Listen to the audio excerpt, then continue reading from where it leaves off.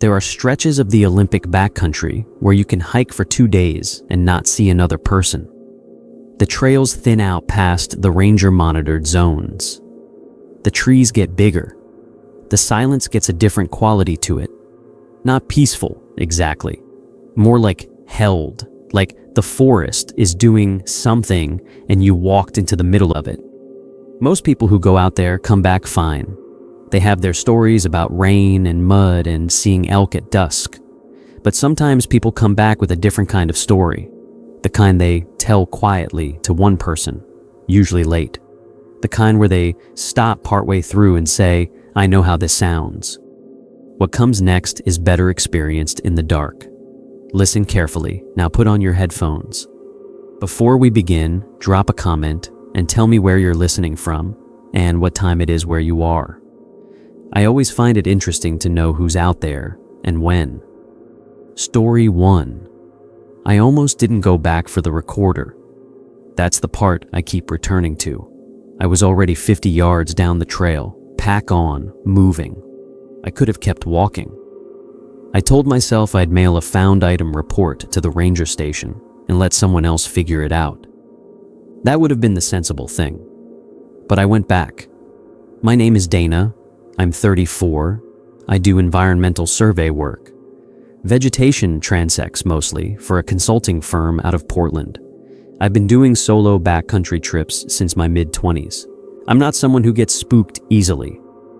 I want to say that not because I need you to believe me, but because I need you to understand that what I'm describing is not how I normally process things. I am methodical, I make lists, I check weather 3 days out. I've camped alone in the Cascades, in the Wallaways, twice in the Bob Marshall. I know what the woods feel like when nothing is wrong. That morning felt wrong before I found the campsite. I'd come up from the Hoh River Trail the previous afternoon and camped about 4 miles past the last established site marker. My plan was to do a transect loop and be back to the trailhead in 2 days. It was August, which in the Olympics means you might get sun or you might get a cold fog that sits on the ground all morning. That day, it was fog. Thick, still, the kind that muffles sound in a way that makes everything feel closer than it is.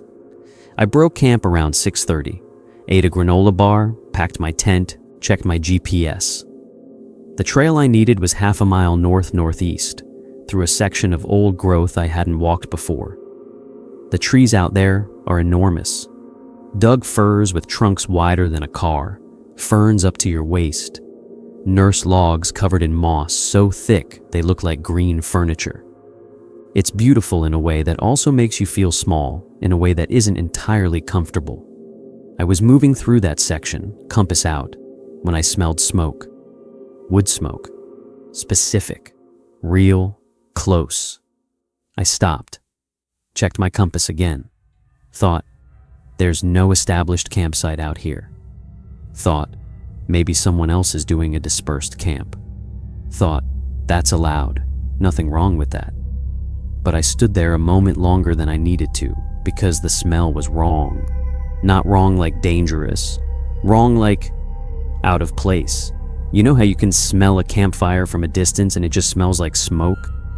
This smelled like a specific meal, like something with garlic, faint but real. I pushed through a gap in the ferns and found it. Small campsite, maybe 15 feet of cleared ground in a flat spot between 3 big firs. Single tent. A 2-person dome, forest green, well used. A small cooking setup just outside the tent's vestibule.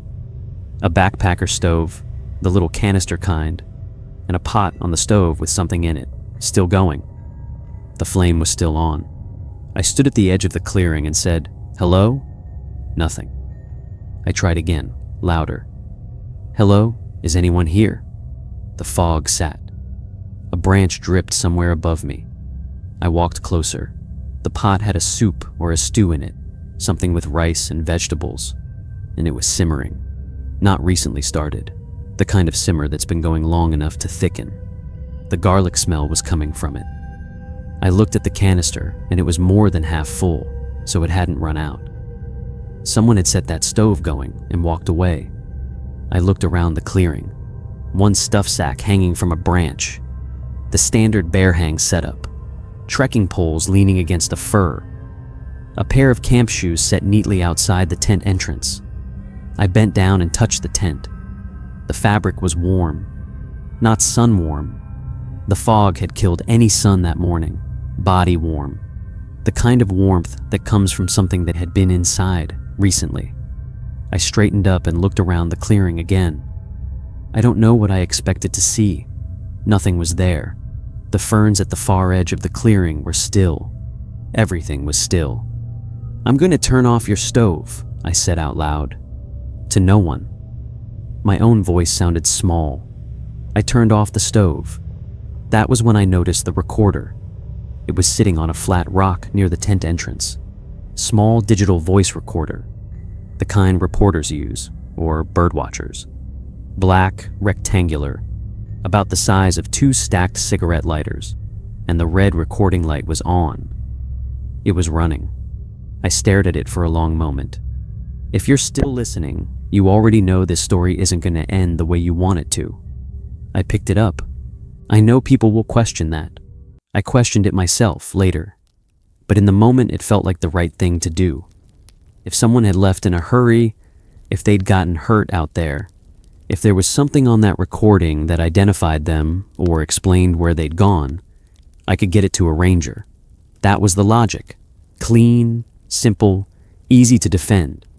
I stood there with it in my hand and listened to the forest. Still nothing, no movement in the ferns, no sound of footsteps or brush. I pressed play. Static first, then breathing. Slow, steady breathing, like someone sleeping or meditating. It lasted maybe 10 seconds. Then a voice, female, quiet, speaking in a very measured way. The kind of measured you get from someone trying hard to stay calm.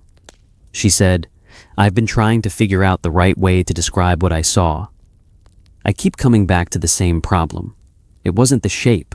The shape was wrong, obviously. But that's not what stuck. What stuck was that when it looked at me, it already knew me. I don't know how else to say it. It wasn't curious. It already knew." Then she stopped. Long silence on the recording, long enough that I thought it had ended. Then she said, "I'm going to try to sleep. I don't think I will." Then it stopped. I stood there with the recorder in my hand, and I didn't know what to do with it. I played the whole thing again. It was maybe 40 seconds, just that. The breathing, then those words, then silence. I looked around the clearing again. The tent, the stove I'd turned off, the hanging food bag, the camp shoes. The camp shoes were women's shoes. Small, maybe a size 7. I thought about the voice on the recorder, about how she'd said it already knew me. I stood there longer than I should have. I was listening, I think. Not for anything specific, just listening. Checking whether the forest felt different from when I'd walked in, whether there was something in the quality of the silence that I'd been missing. I don't know what I was expecting. I don't know what I was afraid of hearing. I left the recorder on the rock. I know that's not what most people would do, but it felt like it wasn't mine to take. Like putting it in my pack would be wrong in a way I couldn't explain, so I set it back down on the flat rock, exactly where it had been. Red light still on. I walked out of the clearing and back toward the trail. About 100 yards out, I stopped and looked back. I couldn't see the clearing anymore. The ferns and the fog had swallowed it. But I could see, faint through the trees, the pale greenish shape of the tent. I thought, I should go back. I should take the recorder. I should file a report. I stood there for a while. My chest was doing something I didn't understand yet. Not fast. Just tight, like something had changed in the air pressure. I turned and kept walking. At the trailhead, I stopped at the self-registration board and wrote up a found campsite report, gave the coordinates, described what I'd seen, left my number in case a ranger needed to follow up. No one called me. I checked in with the district office 2 weeks later. The ranger I spoke to said they'd sent someone out to those coordinates and found nothing. No tent, No stove, no recorder, no sign that anyone had been camping there at all. He said dispersed camping out there is common, and people pack out quickly. He said I probably just missed them. I said, the tent was warm when I touched it. He said, well, and that was the end of that conversation.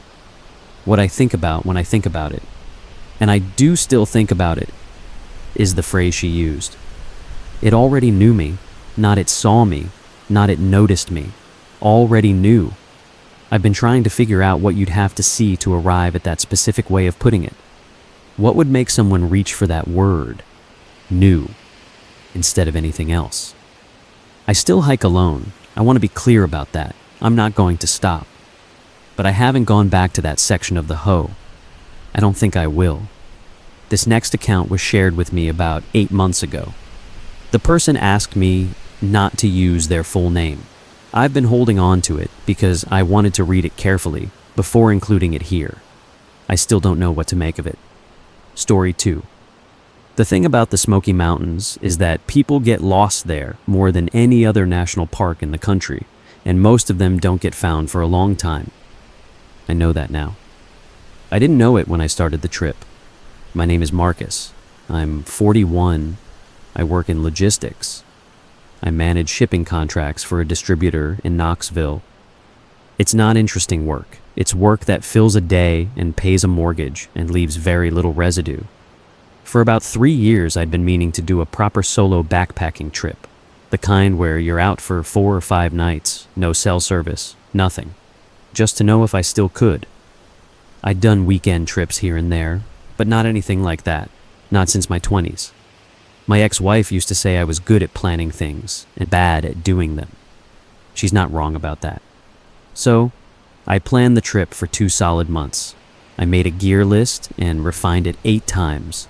I studied trail maps. I got the right permits.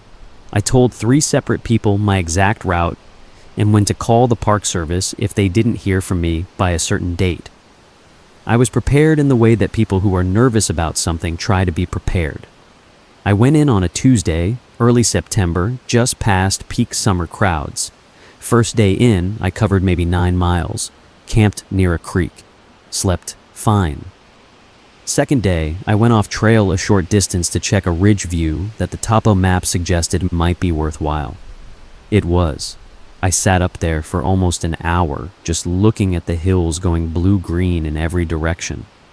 Coming down from the ridge, I got slightly turned around. Not lost. I never felt truly lost. But I spent about 20 minutes recalibrating and ended up dropping into a drainage I hadn't planned on. From there, I found a faint use trail that seemed to be heading in the right direction, and I followed it.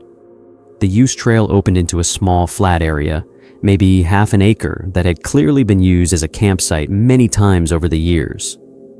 I could see the dark circles of old fire rings, the flattened patches of ground where tents had been. Someone had even built a rough bench from 2 logs.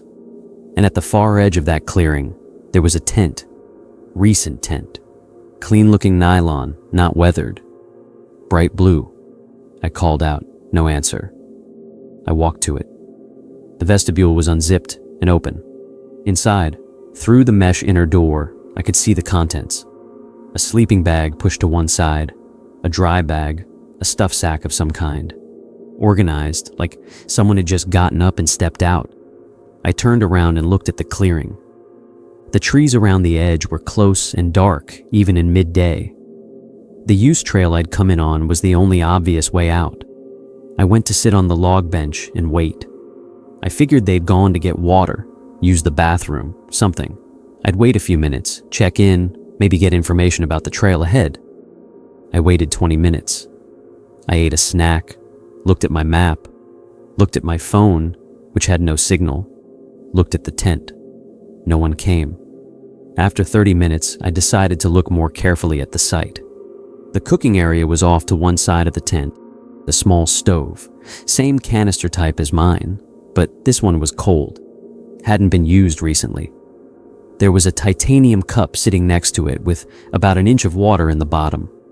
The water had insect debris in it, a few small specks of bark. Old. but the tent itself felt recently occupied. I opened the mesh door and looked in more carefully. The sleeping bag was unzipped, but not packed. There were dirty socks next to it inside. A book, face down and open. Someone had set it down mid-read, a headlamp hanging from the loop at the peak. I touched the sleeping bag. Cold. Not recently vacated cold. Been empty a while cold. But the book was face down. You put a book down face down to mark your page. You do that when you're coming back. There are more accounts like this one. Stay with me. I looked at the camp, tried to build a timeline in my head. Sleeping bag cold means hours at least. But someone who left for hours would have packed the book, would have zipped the vestibule, would have put the book down. I was doing what people do. Trying to find the explanation that makes the most sense, trying to make the picture settle. Then I noticed the food. Hung from a tree at the edge of the clearing, standard bear bag, bright orange, high enough to be done right. I walked to it and looked up at it. I reached up and gave it a gentle push. It swung, heavy, full. You don't leave a full food bag hung and then walk out for the day. You take your food with you, or you leave it hung while you sleep. You don't hang a full 4 or 5 days of food and then just leave. Unless you left suddenly. Unless you didn't choose to leave. I stood under that food bag for what was probably 30 seconds, but it felt longer because I was thinking a thought that I didn't want to think through to its end. The thought was, there is a person who is here and is not here, and they left in a way that doesn't match what they left behind. And I am standing in the middle of the Smokies with no cell signal, and the only trail out of here is a faint use trail I only found by accident. I packed up and left. I moved faster than I should have over uncertain terrain. I didn't look back at the clearing once I was through the tree line. An hour later, I hit a marked trail and stopped to breathe. I filed a report at the ranger station the next day when I got out. They took my description, gave me a form to fill out. I gave them the coordinates as best I could reconstruct them. About 2 weeks after I got home, I got a follow-up call. The ranger said they'd found the campsite. The tent was there, the gear was there, the food bag was still hanging. They didn't find the person. He told me that, and then we sat on the phone in silence for a moment. And then I asked if they knew who had been camping there, and he said they were working on it. He didn't call me again. I've looked up missing persons cases from that section of the park. There are more than you'd think. Most of them have resolutions. They were found. They self-rescued. It turned out to be a misunderstanding, but there's a small category that doesn't have resolutions. I don't know which category the blue tent belongs to. I don't know why that's the thing I think about most. The book was face down. That's what I keep coming back to. That small, ordinary gesture of someone who expected to return. Before the next account, take a breath for a moment. If you're still awake and still listening, I want to know where you are. Leave a comment. Tell me what time it is there. And if these stories are the kind that follow you after the audio stops, consider subscribing. There is more waiting when you're ready for it. This one was sent to me from the Pacific Northwest. Different forest, same kind of wrongness. Story 3. I don't usually talk about the things that happen when I'm working, because I'm out in the backcountry for weeks at a time and odd things happen, and I've learned not to make too much of them. But this one I told my supervisor about when I got back, and she just looked at me for a second and then said, "Write it down." So I did. My name is Renata. I work for a trail crew organization that does maintenance and reconstruction on backcountry routes in the Pacific Northwest. That summer, we were working a section of the Quinault Loop in the Olympic Peninsula. Old-growth rainforest, deep country, spruce, hemlock, cedar big enough to make you feel like you're in a different century. Constant wet, constant green, mist that doesn't so much fall as it hangs. We work in 3-person crews, but that season we were short-handed, and I ended up doing 2 back-to-back weeks of solo scouting. Going ahead of the crew to assess drainage problems, log falls, erosion, that kind of thing. I'd done it before. I preferred it, honestly. I like working alone. I like the quiet. I was 3 days into my solo section when I found the campsite. It was off the formal trail, maybe 200 yards into the forest, on what looked like an old social trail, probably a fisherman's path to a nearby creek. I only found it because I was scouting a drainage and had gone off my planned line to avoid a blowdown cluster. What stopped me was the fire. Not a big fire. Small, contained, built properly in a low ring of stones. But the fire was going. Actual flame. Coals glowing, small flames licking up through what looked like a recent fuel addition, not just dying embers. I stopped and looked at it. There was a camp around it, a tarp strung low between two hemlocks, a sleeping pad under the tarp, thin foam, the old school kind, a battered external frame pack propped against a tree, a cooking setup, camp stove going, small pot on it.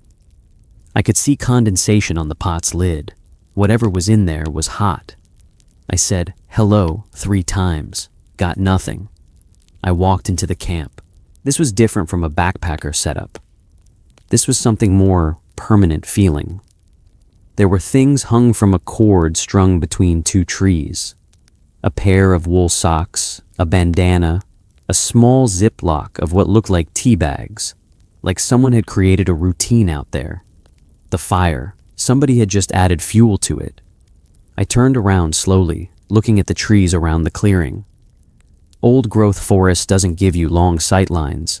The trees are too big, the ferns too dense, the light too low. Anything more than 30 feet away was either shadow or green. "I'm a trail crew scout," I said, to the trees. "I'm not here to bother you. I just want to make sure you're okay." Silence. I went to the stove and checked it. Oatmeal or porridge, nearly ready. I turned it to low. Then I saw the notebook.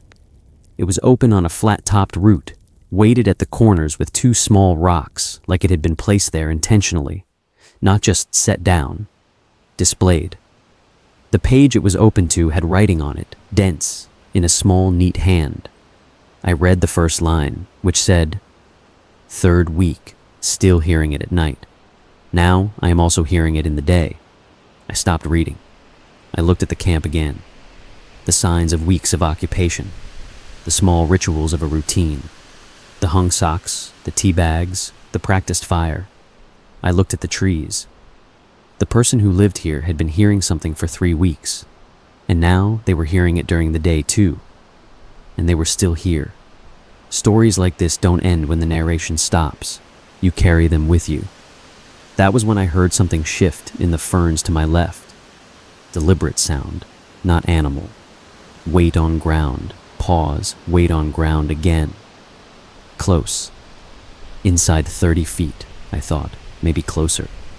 I didn't turn toward it right away. I don't know why. I think I was giving myself a moment to decide what I wanted to do with my face before I turned around. When I turned, there was nothing there, just the ferns and the wet and the trees going dark behind them. But the ferns were still moving. Not the way ferns move when something pushes through them. The way they settle after, that slow bob back to resting position. Whatever had been in the ferns had been there a second ago and wasn't anymore. I left the camp the way I'd come in. I didn't touch anything else. I didn't read more of the notebook. Back at my camp that night, I thought about those first words, 3rd week. Whoever was out there had been there for 3 weeks. 3 weeks of hearing something that bothered them enough to write it down. 3 weeks of staying anyway. I filed my report in the morning, flagged the location, described what I'd found. My supervisor contacted the district ranger. When they went out 3 days later, the tarp was down. The fire was cold. The pack was gone. The notebook was still on the root, still open to the same page, still weighted with the 2 small rocks. They looked through the notebook, showed me a summary later. I asked. The entries went back 32 days. They described, calmly and in specific detail, a sound the writer had been hearing. They described attempts to locate the source, They described a shape seen at distance twice, never clearly. The last entry was dated the day before I found the camp. It said, "I think it knows I'm still here. I think that's why it keeps coming back." I've been trying to decide whether that's the reason to stay or to go. No entries after that.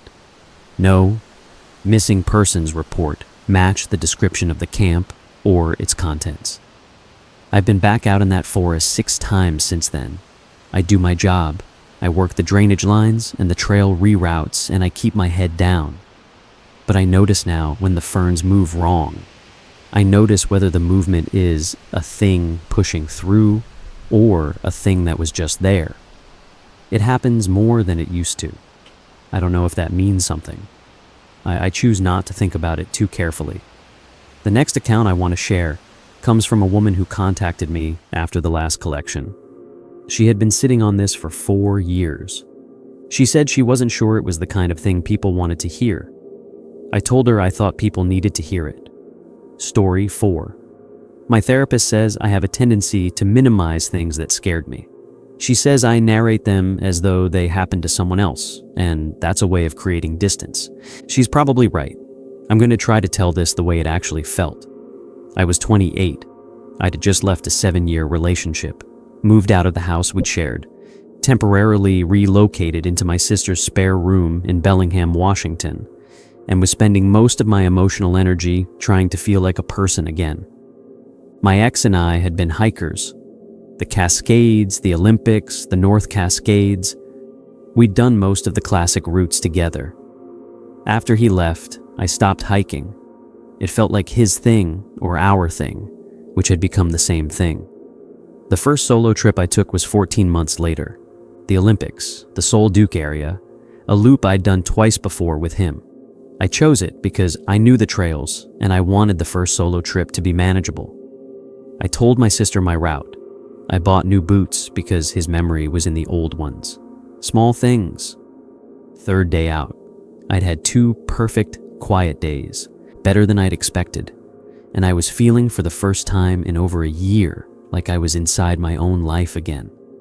Then I came down a slope and around a bend in the trail and almost walked into a campsite. It startled me, not because it was alarming, but because I hadn't expected anyone out here.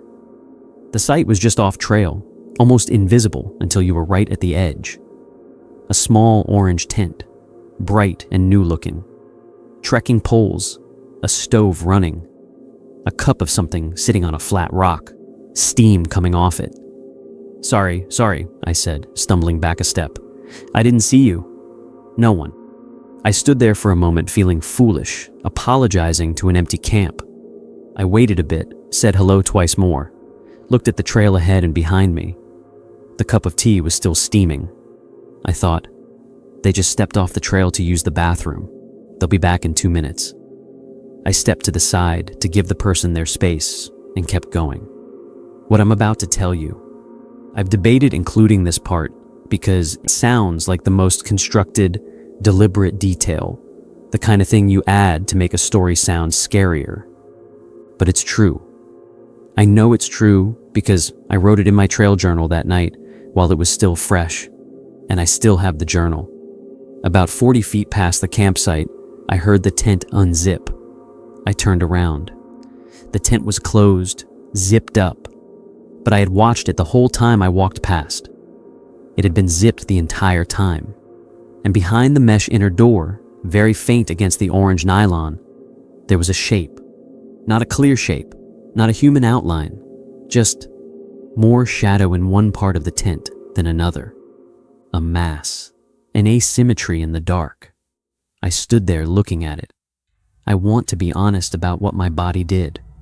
My hands got cold very fast, and I was suddenly aware of the weight of my pack in a way I hadn't been all day, like it had gotten heavier, or I'd gotten weaker. I said, "Hello?" The shape in the tent didn't move. I turned around and I walked, not running. That came later, when I was far enough away that running felt acceptable and I couldn't hear anything behind me. But I still did it. I walked normally at first, which took effort I didn't know I had. I didn't make camp until I'd put 2 miles between me and that site. I camped in the dark, used my headlamp, didn't bother to cook. Ate a cold tortilla with peanut butter and got into my sleeping bag.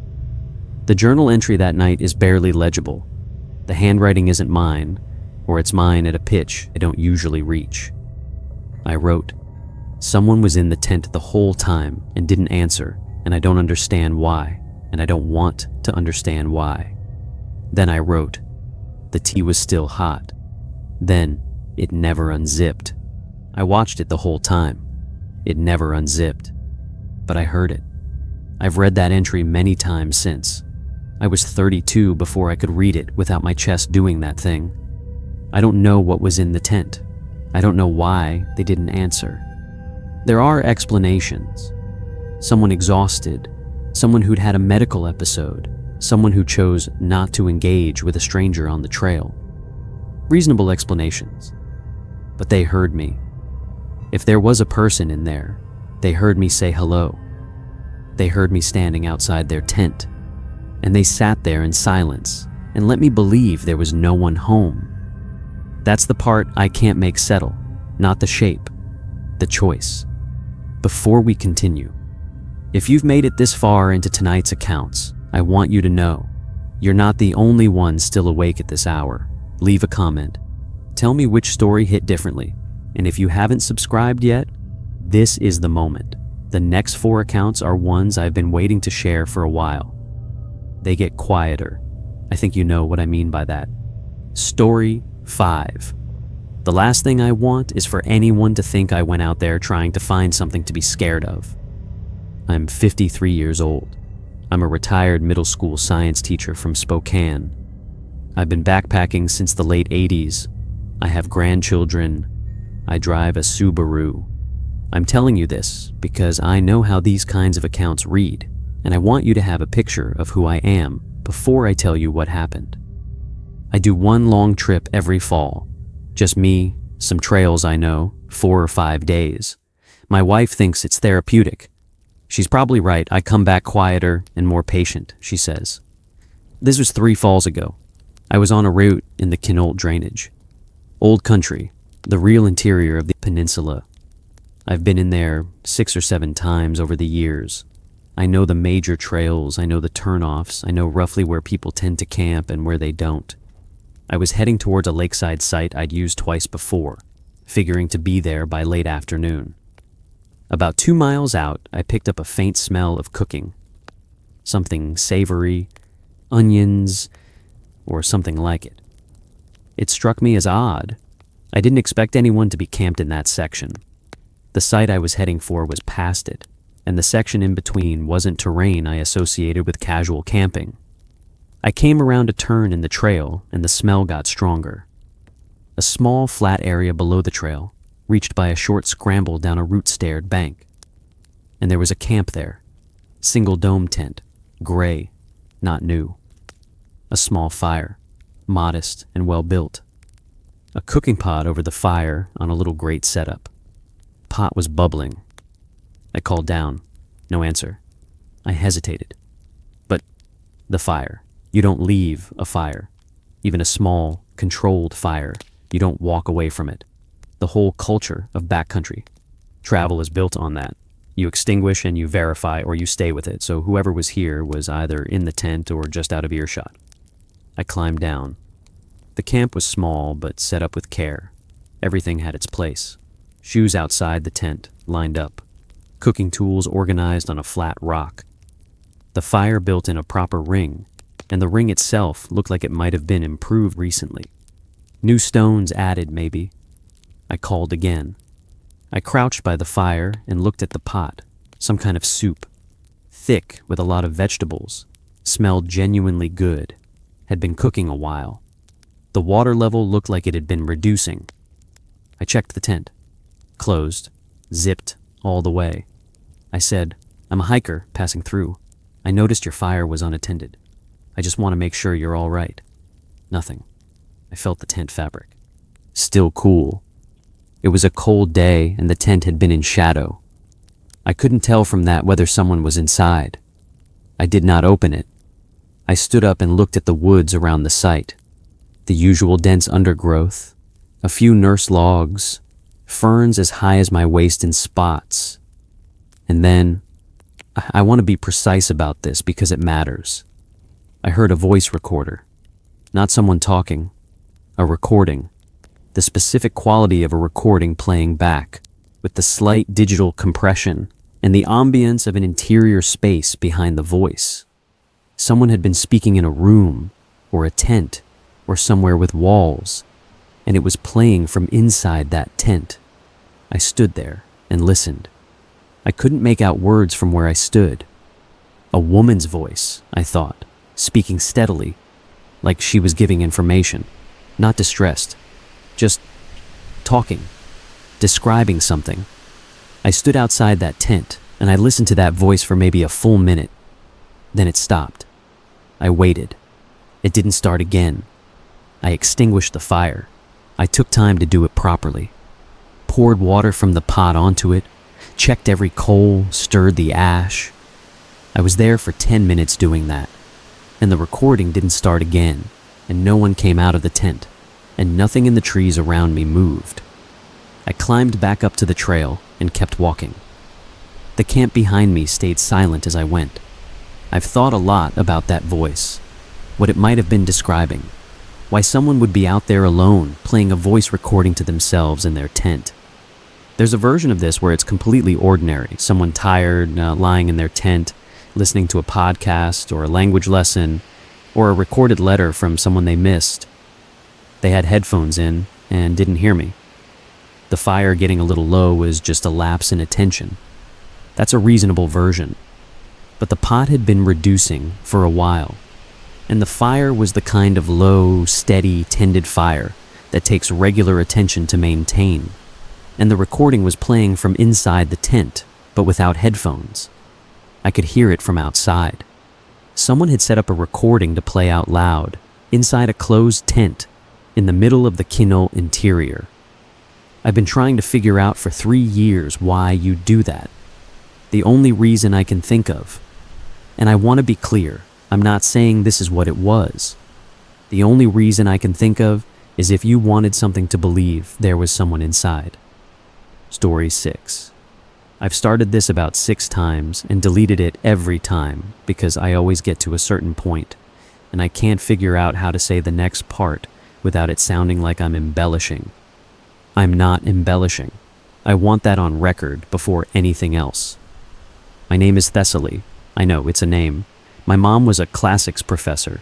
I'm 29. I work at a plant nursery in Asheville, North Carolina, and I started solo hiking after my best friend died because I needed somewhere to put the grief, and trails were the only place it fit without crushing the people around me.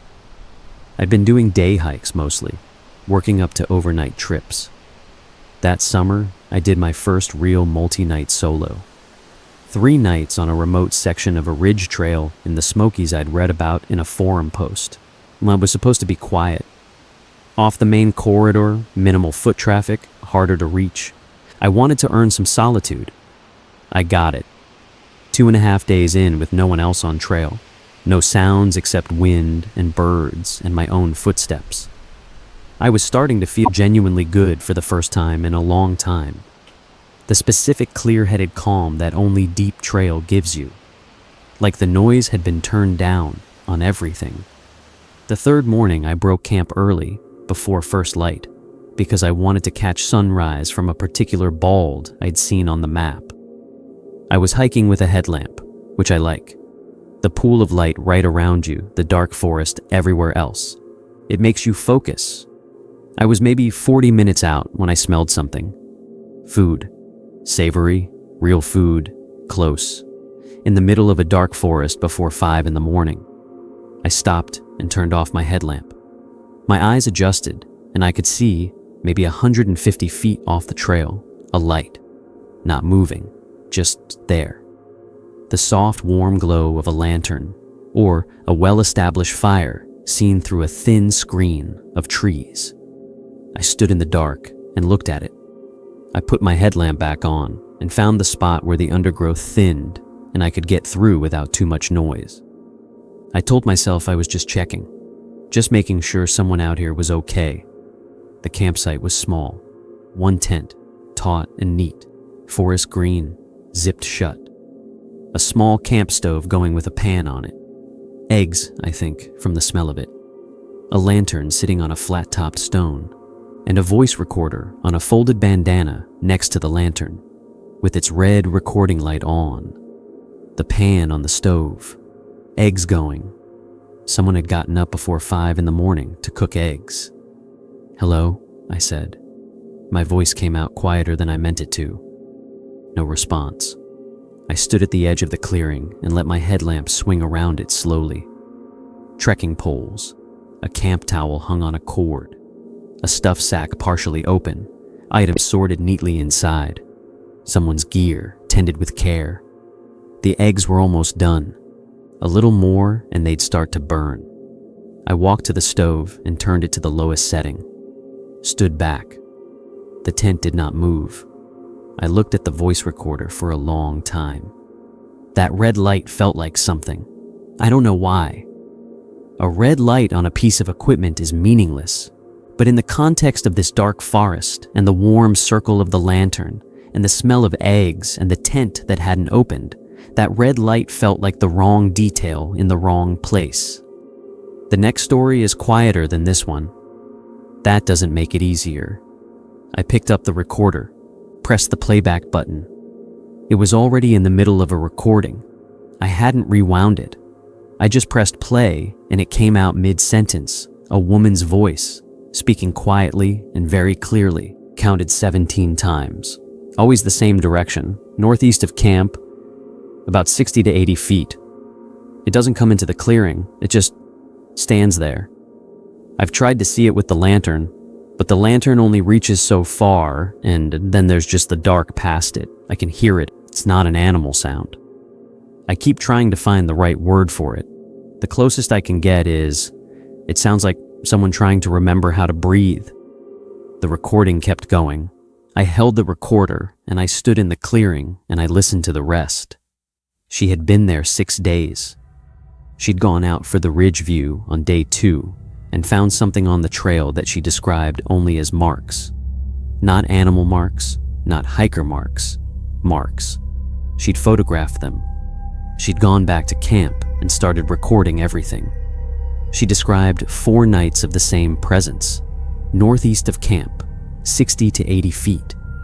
She described the sound each night. She described the way it never moved when she shined the light at it. She described the way, on the 5th night, she'd left the lantern on all night, and when dawn came, there were marks in the soft dirt at the edge of the clearing, at the exact radius she'd estimated, like something had stood there, through the night, just outside the light. The last section of the recording, which sounded like it had been recorded the night before or that morning, was quieter. She spoke slowly. She said, "I've decided to stay one more day. I know that doesn't make sense. I've been trying to figure out why I'm not leaving, and I think it's because leaving would feel like losing something. I don't know what. I don't know who. I just know that I want to see it once before I go. Just once, in the light." Then, the recording ended. I stood in the clearing for a while after that. The eggs had gotten cold. The lantern was still on. The tent was still zipped. Northeast of me, the forest was dark, and I couldn't see more than 30 feet before the trees swallowed the light. I turned around and I left. I moved fast. I didn't run, but I moved with intention, and I did not look northeast, and I did not slow down until I was back on the marked trail with my headlamp cutting ahead of me through the dark. I never found out who was camping there. I filed a report when I came out, same as every other account you've heard tonight. The ranger who took it was kind and took notes and didn't call me. But this one stays with me differently than the others might stay with you, because I know something that I haven't said yet. When I was standing in that clearing, holding the recorder, listening to the end of her recording, I felt it, northeast of me. Not a sound, not movement, just the specific feeling of the attention of something that has been watching you long enough to know you. I didn't turn to look. I still don't know if that was the right decision. The following account was passed along to me by a Park Service volunteer. I want to be careful about how I frame it. I don't know all the details. What I do know is that it's documented, not in the way that resolves anything, but in the way that proves it happened. Story 7. I spent 11 years as a search and rescue volunteer for a county team that covered a section of the Cascades. That's not a credential, just context. I know what a missing person scene looks like. I know how to read a campsite for information. I know the difference between a camp that was abandoned deliberately and one that was abandoned in a hurry. I can't give you my name for professional reasons, but I can tell you, I'm a woman in my mid-40s, and the search I'm going to describe was one of the 3 or 4 that I still think about. We got the call on a Monday morning. Hiker overdue. A woman in her early 30s who'd gone into the backcountry the previous Tuesday for a solo 6-night trip. She had given her route to a friend who filed the report when she didn't return. Her car was still at the trailhead. Standard missing hiker. We've done hundreds of them. My partner and I took the sector that covered the southern portion of her route. We found her campsite in about 4 hours. The site itself was textbook. Well-chosen location. Proper bear hang. Fire scar minimized. Someone who knew what they were doing. Her gear was all present. Tent, pack, cooking equipment, sleeping bag. The tent was up and staked correctly. Nothing was scattered or disturbed. I've seen sites that tell a story of panic, and I've seen sites that tell a story of planning. This told a story of something else. The camp had been maintained carefully, and then the person maintaining it was simply no longer there. There was a voice recorder on a stuff sack inside the tent's vestibule area. My partner found it when he was documenting the contents. We're required to document everything before moving anything. We photograph, we note. The recorder was in my incident report as personal electronics, voice recording device, appears to have been in use. I listened to it. That's within procedure when there's active concern about a person's mental state or when the content might assist the search. We listened. There were 14 recordings. The first 12 covered a range of subjects: day summaries, trail notes, observations about weather and wildlife. She was a good observer, specific, detailed, used precise language. The recordings from the first 4 days sounded like someone enjoying themselves deeply, alone in a place they loved. Recording 13 changed. She said she'd found a campsite, off trail, maybe a half-mile from her camp. She described it in detail: cooking equipment, tent, the gear of someone clearly mid-trip, running stove, hot food, but no one present. She'd waited, she said. 45 minutes. No one came. She said she'd taken the other campsite's voice recorder. She had it on her recording. She played a section of it into her own microphone so there would be a record. The voice on the other recording was calm, female, describing the same kind of inexplicable campsite presence, the same wrongness. A camp found, a stove still running, an occupant absent, the same unanswered call, the same silence. On her recording, after she'd played the clip, there was a pause. Then she said, "I think they found one too, before me. I don't know who found theirs first, but I think this is a chain of something. I think people keep finding these camps, and something happens, and someone else finds their camp, and..." She didn't finish the sentence. Recording 14 was 3 minutes and 12 seconds of silence. At the end of it, for approximately 2 seconds, there was a sound. I have listened to those 2 seconds more times than I can count. I've played it for 2 colleagues and gotten 2 different descriptions. One said it sounded like wind through a tube or a pipe. One said it sounded like someone trying to form a word with the wrong mouth. We never found her. We found the second campsite she described, the one she'd taken the recorder from. It was exactly as she'd described it. Running stove, which had since burned out. Food in the pot, cold. A flat rock where a recorder had presumably been. We swept the sector twice, extended the search. Nothing. The case is still open as far as I know. What I can't stop thinking about is the chain. That's what she called it. A chain of something. Person finds empty camp, takes recorder, doesn't know what happened to the person before them. Person after them finds their camp. I've thought about the end of that chain a lot. I've thought about what's at the end of it. Before the next account. Stop for a moment. If you're still here, drop a comment. Tell me which one hit you hardest. And subscribe if you haven't yet. What's coming is the reason I saved the longer ones for the second half. Story 8. I should probably start by telling you that I'm a geologist. I say that because it matters. I spend my working life making precise observations and attaching precise language to them. I have very little tolerance for vague description. I do not have a mystical temperament. My ex-husband called me relentlessly literal, and he did not mean it as a compliment. So when I tell you that what I recorded on that trip defies precise description, I want you to understand what that means coming from someone like me.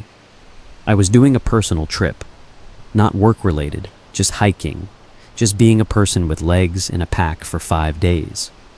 The northern section of the Olympic Peninsula, a route that goes through some genuinely remote terrain. I go alone. I've done it 15 times, similar routes. I am comfortable alone in that forest. Day 3, mid-morning. I smelled a campfire, and then I found a campsite. By that point in this script, you know what I found. But I want to describe it precisely because precision is what I have. The tent was blue-gray, 2-person capacity. The pole structure was correct and the guy lines were tensioned. The vestibule was unzipped and folded back. Inside the vestibule, 2 stuffed sacks, a pair of boots, a rain jacket folded carefully.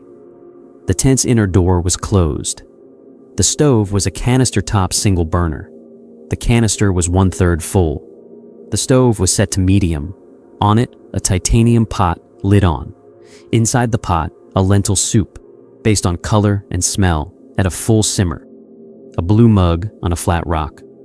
Half full of tea, visibly cooling, steam present but diminishing. Voice recorder, small, black, on the ground near the stove, red LED lit.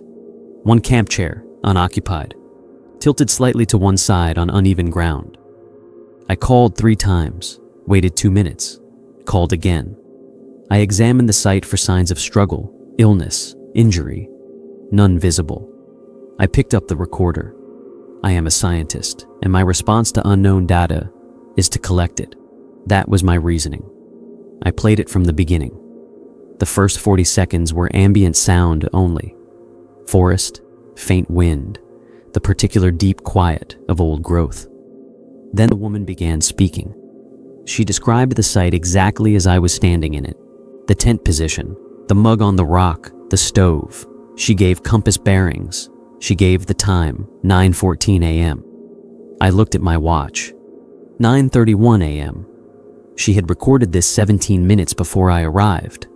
She said, "I'm recording this in case I don't come back to camp. I found a site this morning, about 3 miles northeast. I'm going to go back to it. I think the person there might need help."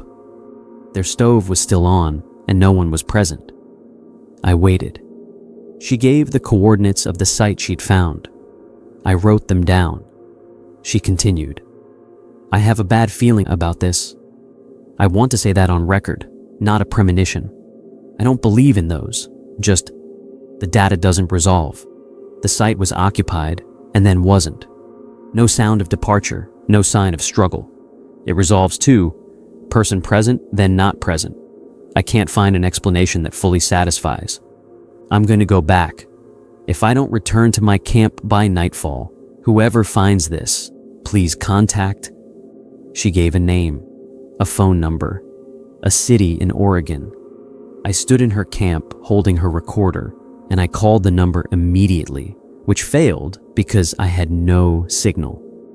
Then I looked at the coordinates she had written, the site she had gone to find. I checked my GPS. The coordinates she had spoken were 3.4 miles northeast of where I was standing.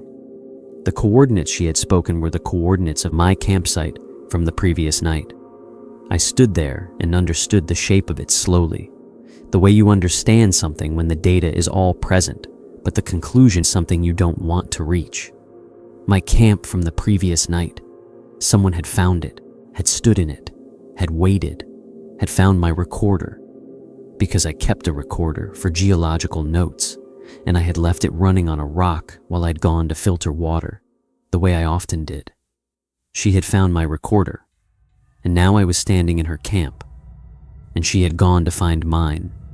I broke camp in 11 minutes. I left a note weighted under a rock in case she came back. I moved fast, very fast, and I did not stop moving until I hit a marked trail. I got a signal 6 miles out.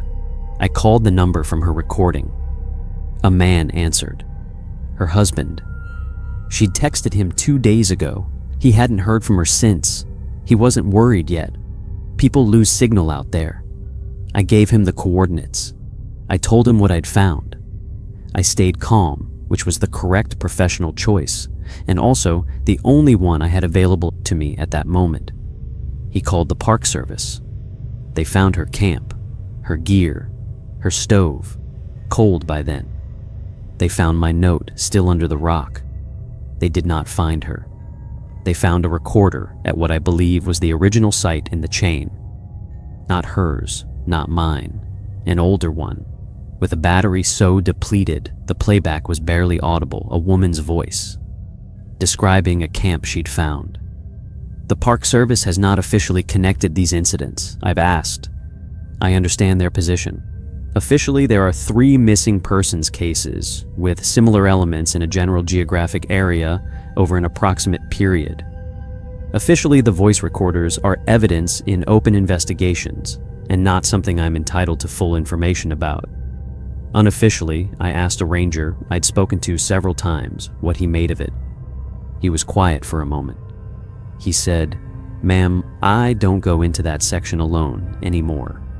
That was all he said. I have a theory. I've been building it for 2 years with the rigor I'd apply to any data set. I'm not going to share it here because it is unverified and because some part of me believes, and I recognize how unscientific this is, that naming it would be worse than not naming it. I still go into the backcountry. I still take my recorder. I do not leave it running when I step away from camp. The account that follows was the last one I received before putting this collection together. It arrived 3 weeks ago. The person asked me to read it exactly as written. I've honored that. Story 9. I'm writing this from my kitchen table in Olympia. It's 2 a.m., and I've been trying to write this for a week. I went in alone, like I always do. 6 nights, the Ho River country, a route I knew well enough to do without much navigation. I wanted quiet. I'd had a hard 6 months. I needed the forest to be louder than my head for a while. First 3 days were everything I needed them to be. Rain, mud, massive trees, complete silence in the right way. I found my rhythm again. My head got quieter. Day 4. I found the camp. I'm not going to describe it in detail because enough has been said about that. Tent, stove, food cooking, no one there. All of that. Yes. What I want to tell you about is the recorder. I played it. I know everyone plays it. I stood there and I pressed play and I listened. It was a woman's voice. She was describing a campsite she'd found. Let me say that again, so it lands correctly. She was on the recording, describing finding a campsite, an abandoned campsite, with a stove still running and food still cooking, and no one there, and a recorder that she had played, on which a woman's voice described finding a campsite.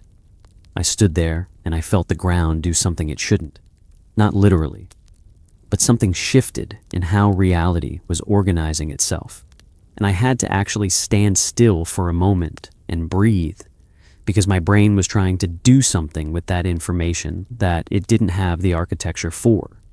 A recording of someone who found a recording of someone who found a recording. I don't know how far back it goes. I don't know if the first one is findable. I don't know if there is a first one. I left the recorder where it was. I did not add my voice to it. I made myself a promise. standing there, that whatever happened next, I was not going to record anything on this trip. I walked back to my camp and I sat in my tent for most of that afternoon trying to think it through. Here's what I kept coming back to. Every person in that chain went looking. Every person found the empty camp and waited, and eventually decided to go find the person who'd been there. And then they were gone. And every person, before they went, left a record. Why do we leave records? Because we're afraid we won't come back. I broke camp the next morning and I came out 2 days early. I'm not embarrassed about that. I told myself the whole way out that I was being rational, that I had made a calm assessment of available information and acted accordingly. That's what I told myself. What I actually felt was something more specific, and I've been sitting with it since, and I think I can name it now. I felt like I'd been found. Not followed, not watched, found. The way you feel when someone says your name in a room and you didn't know they knew you were there. I've tried to figure out what that means. What in the experience of that clearing, that stove, that recorder, that layered woman's voice, finding a camp, finding a camp, finding a camp. What in that produced the sensation of being known? I can't find it. I can point to things, but I can't explain the conclusion. I just know that when I came out of the trees and hit the trailhead parking lot and saw my truck sitting there in the gray afternoon light, I sat in the driver's seat for a long time before I could start it. I wasn't relieved. That's the thing. I kept waiting to feel relieved, and it didn't come. I just kept thinking, it already knew I was going to leave. This next account, the final one tonight, I've read more than any other. Not because it's the most dramatic. It isn't. Because it's the one that I think actually explains something, or comes closest, or reveals why there is no explanation. I'm still not sure which. Story 10. My name is Carol. I'm 61 years old. I retired 2 years ago from a career in wilderness therapy. I worked with adolescents for 23 years, taking troubled kids into backcountry settings as part of their treatment. I've spent more time in remote forest than almost anyone you've ever met. I've seen people break down out there, and I've seen people put themselves back together, and I've seen what happens to a person when the wilderness really gets into them. Gets into them in the good way and in the other way. I know what it looks like when someone has encountered something in the backcountry that they can't reconcile. I know it because I see it in my own face some mornings. What happened to me was 2 years before I retired, a solo trip into the Olympics, which I'd done many times.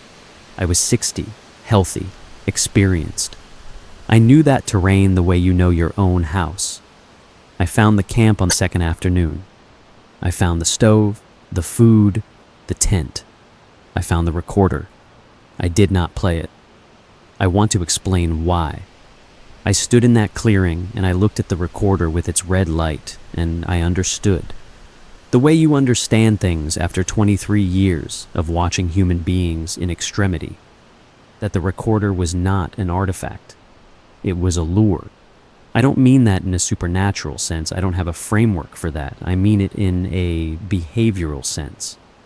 In the deep backcountry, when a person's survival instincts are heightened and they are primed for threat, their attention attaches to anomalies. The stove that's on when it shouldn't be, the tent that's warm, the recorder that's running. And the anomaly that the brain fixates on most powerfully is the one that promises an explanation. The recorder promises an explanation. That's why we all pick it up. I stood in that clearing and I thought about every person who had found a camp like this one and picked up the recorder and listened and then gone looking for the person. And I thought, what if going looking is what happens to you? What if the recorder doesn't explain anything? What if the recorder is the mechanism? I left it there. I did not go looking for whoever had been camped there. I went back to my own camp, made dinner, went to sleep. In the night, I heard something at the edge of my camp, northeast of me. I lay still in my sleeping bag and I listened to it, and I decided that I was going to listen to it and not get up and not go toward it. and not engage with it in any way. It moved around the perimeter of my camp for what my phone told me was 40 minutes. Then it stopped. I did not sleep again that night. In the morning, I packed up, efficiently, without rushing, and I walked out. When I got to the trailhead, I sat in my car and I thought about everything I'd felt in that forest over 30+ years. The beauty of it, the terror of it, occasionally, the way it will swallow a human being as efficiently as it swallows a seed. I thought about the recorder, about all the people who had picked it up, about the chain. I thought, maybe there is nothing at the end of it. Maybe the chain goes forever. Maybe people keep finding camps and listening to recordings and going looking, and the finding and the listening and the going looking is the thing itself. And there is no source, and there is no explanation, and there is no origin point. Maybe it has always been happening. I have one more thing to say. I've talked to a number of people over the years who've had experiences in the backcountry that they couldn't resolve. People who found things they couldn't explain. People who felt things they couldn't name. And there's a pattern in those accounts that I noticed a long time ago but have never said out loud until now. The people who went looking never came back to tell their story. The people who didn't go looking, who stayed in their camp, who turned around, who refused the recorder or left it or put it down, they all came back. I don't know what to do with that. Statistically, it means nothing because the sample is too small and the reporting is too biased, and there are 100 explanations for why those outcomes might not be related. But I think about it. I think about it every time I go out, and I still go out. I still sleep in the woods alone. I still love it out there more than any place on earth. I just don't pick up recorders anymore. And when I hear something moving at the edge of my camp in the dark, I lie still. I breathe. And I wait for morning. What stays with me after all of these accounts is not the empty tents, not the running stoves, not even the voices on the recordings. What stays is something simpler and harder to name. Every person who told these stories walked into those clearings alone. Every one of them stood in the silence of a forest that held its breath and looked at something that should not have been there. And every one of them had, for one moment, the same thought. Someone was just here, someone was here, and now they're not, and I don't understand the distance between those two things. That distance, that's where it lives. Not in the dark, not in the trees, in the small gap between a warm tent and an absent person. Between a voice still speaking and no one left to listen. You heard these stories in the dark, with the lights out, and you are still here. But somewhere out there, right now, a stove is running, and no one is coming back to turn it off.